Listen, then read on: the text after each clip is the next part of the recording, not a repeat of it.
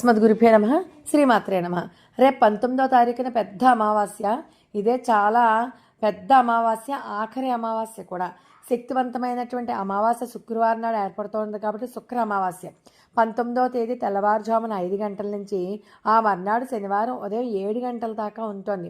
కాబట్టి శుక్ర శనివారాలు 2 రోజులు కూడా చాలా పవిత్రమైనటువంటి రోజులు. అయితే చిన్న చిన్న పరిహారాలు కనుక చేసుకున్నట్లయితే అనేక రకాలైనటువంటి లాభం కలుగుతుంది. అమావాస్య నాడు లక్ష్మీ పూజ చేస్తే, అది కూడా సాయంకాలం ప్రదోష వేళలో అమ్మవారి దగ్గర, తులసి అమ్మవారి దగ్గర కూడా ఆవునేతి దీపాలు వెలిగించి, అలాగే కనకధార స్తోత్రం కానీ, ఓం శ్రీ మహాలక్ష్మీదేవి నమః, ఓం నమో భగవతే వాసుదేవాయ, ఈ 2 మంత్రాలు చదువుకున్నా కూడా అఖండ లక్ష్మీప్రదం. ప్రదక్షిణలు చేసినా కూడా చాలా మంచిది. ఆ రోజు ఉదయం సూర్య భగవానునికి అర్ఘ్యం సమర్పించి నమస్కారం చేసుకోవాలి. ఇల్లంతా శుభ్రం చేసుకుని, ఇంటి ముందు ముగ్గులు వేసుకుని, గడపలకి పసుపు రాసుకుని, శుక్రవారం నాడు ఆవు పేడతో చేసినటువంటి గొబ్బెమ్మలు పెట్టి పూలతో కనుక అలంకరించినట్లయితే ఇంట్లోకి లక్ష్మీదేవి అడుగు పెట్టి తీరుతుందన్నమాట. ఓం శ్రీ మహాలక్ష్మీదేవి నమః అన్న మంత్రాన్ని వీలైనన్ని సార్లు జపిస్తూ లక్ష్మీదేవికి ఎర్రని గులాబీ పూలతోటి, అలాగే వెంకటేశ్వర స్వామి వారికి తులసీ దళాలతోటి అలంకరించి 2 పిండి దీపాలు కనుక వెలిగించినట్లయితే దీపారాధనకి అఖండమైనటువంటి పుణ్యఫలం కలుగుతుంది. అలాగే లక్ష్మీ అమ్మవారికి నైవేద్యంగా పరమాన్నాన్ని పెట్టండి.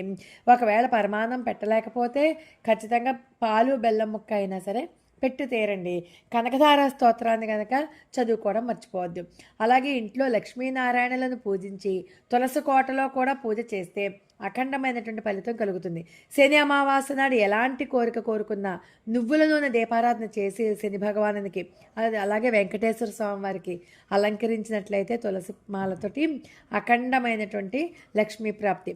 ఏం చేసినా చేయకపోయినా అమావాస్య నాడు ఇంటి ముందర గుమ్మడికాయ కట్టుకోవడం కానీ, రాళ్ల ఉప్పుని ఎర్రటి గుడ్డలో వేసి కట్టి ఆ మూటని ఇంటి గుమ్మానికి వేలాడదీయడం కానీ, ఇలాంటి పనులు కనుక చేస్తే మొత్తం ఇంట్లో ఉన్నటువంటి నెగిటివ్ ఎనర్జీ అంతా తొలగిపోయి మీకు అన్ని పనుల్లో ఉన్నటువంటి ఆటంకాలన్నీ తొలగిపోతాయి. అలాగే ఆంజనేయ స్వామి నుంచి కానీ, దుర్గా అమ్మవారి టెంపుల్ నుంచి కానీ నిమ్మకాయలు తెచ్చుకుని ఆ నిమ్మకాయలు పెట్టుకున్నా సరే నరదృష్టి దోషాలన్నీ కూడా తొలగిపోతాయి. అలాగే ఆర్థికపరమైనటువంటి కటిక పేదరంతో ఎవరైతే బాధపడుతూ ఉన్నారో ఆ వాళ్ళు ఓం ఐం హ్రీం శ్రీం శ్రీమాత్రే నమః అన్న దివ్యమంత్రాన్ని తమలపాకల మీద రాసి 9 తమలపాకల మీద అమ్మవారి దగ్గర పెట్టి నమస్కారం చేసుకోవాలి.